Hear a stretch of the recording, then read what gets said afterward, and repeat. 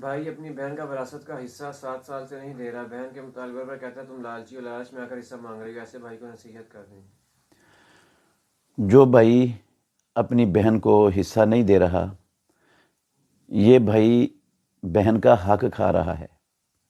اور کسی کا حق کھانا یہ حلال نہیں ہوتا، حرام ہوتا ہے۔ قیامت والے دن اس حق کا ایک ایک ذرہ کے برابر جو حق ہے نا کسی کا، وہ اس کو ادا کرنا پڑے گا۔ اور انسان کے پاس قیامت کے دن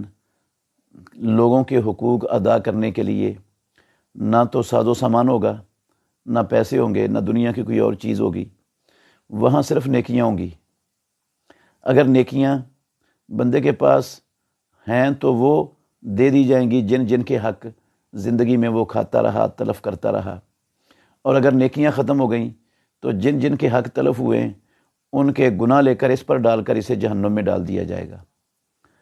تو اللہ کی عدالت میں انصاف ہونا ہے،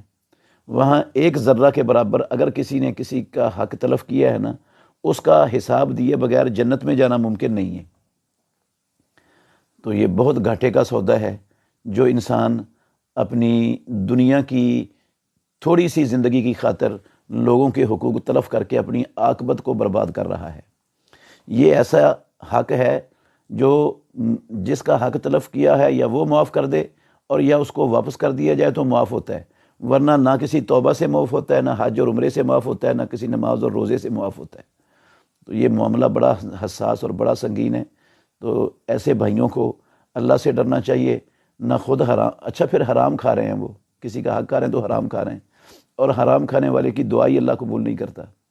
تو جس کا گوشت ہڈیاں حرام کھا کر جو ہے نا وہ پرورش پائی ہوگی، جس کی ہڈیوں نے اور گوشت حرام کھا کے بنا ہوگا، وہ جنت میں کیسے جائے گا؟